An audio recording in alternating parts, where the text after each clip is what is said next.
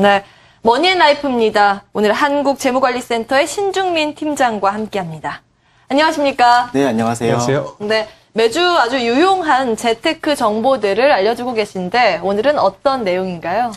네, 휴가철을 맞이해서 많은 분들이 해외여행을 많이 떠나시는 것 같습니다. 네. 여행 가시기 전에 여행자 보험을 많이 가입하시는 것 같은데 정작 내용에 대해서는 모르고 가시는 분들이 많더라고요. 그래서 오늘은 여행자 보험에 대해서 알아볼까 합니다. 네. 여행자 보험. 여행을 떠날 때 이렇게 준비들 많이 하고 계신 걸로 알고 있는데요. 좀 여행자 보험 좀 자세하게 좀 설명 좀 해주실까요? 어떤 보험입니까?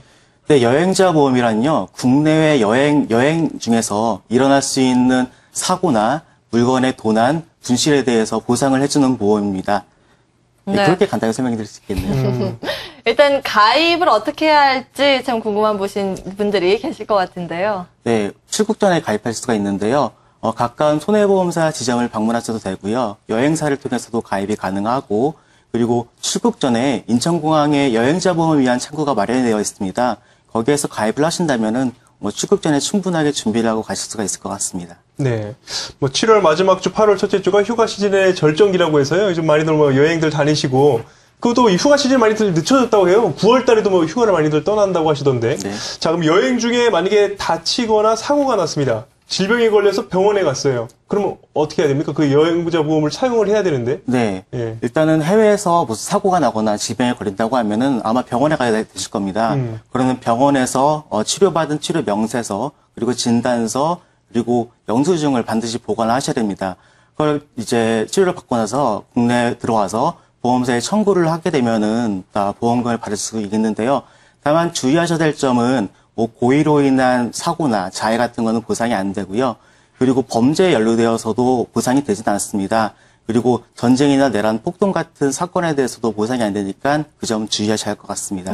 그렇다면 어떤 부분에 대해서 보상이 가능한 건가요? 소지품에 대해서? 소지품 같은 경우는 도난에 대해서 이제 보상이 가능하거든요. 네. 근데 그 절차가 굉장히 좀 복잡합니다. 도난을 당했다고 하면은 해당 경찰서에 가서 도난 경위서를 작성을 하셔야 되는데, 물건을 도난된 경위, 그리고 장소, 시간 등을 구체적으로 기술을 해야 되고, 도난된 물품의 가격, 그런 영수증 같은 거를 챙긴다고 하면은 나중에 보상받는 데 굉장히 유리할 수가 있습니다.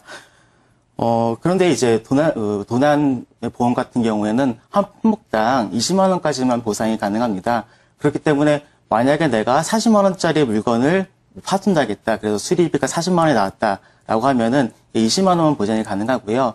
20만 원짜리 선글라스를 샀다. 그래도 중고 가격으로 보상이 되거든요. 그것도. 그래서 20만 원 한도 안에서 보상받기 때문에 실제로 금액보다 작은 액수가 보상될 수가 있습니다. 그렇군요.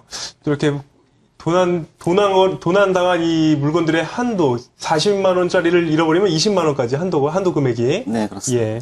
자, 그렇다면 여행자 보험 가입 시에 좀 염두에 둬야 할 사항들이 있습니까? 네, 아무래도 여행 시에 사고가 나게 되면 당황하게 되죠. 네. 그래서 구비서류를 구비서류가 어떤 건지 생각이 나지 않을 수가 있는데, 그때는 해당 보험사에 전화를 하셔서 구비서류가 어떤 건지 확인을 하시고요. 그 다음에 간혹 패키지 상품 중에 여행자 보험이 무료로 첨가되어 있는 경우가 있습니다. 그런 경우에는 보장 내용이 좀 제한되거나 적을 수가 있습니다.